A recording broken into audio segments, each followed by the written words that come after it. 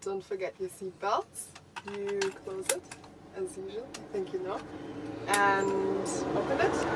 You have two here, and be aware if you do the beds they can fall down, so you have to put them up again so you're safe on your travels. So if you're 4 people and need another bed, or you want to store your surfboards, you have this upper space. You have to unlock it on this side as well as this side.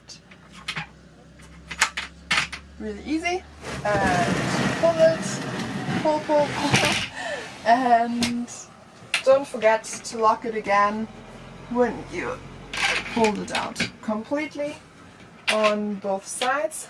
And in the middle part you have something to lay down if you're sleeping here, of course, and to put it back. You unlock it again and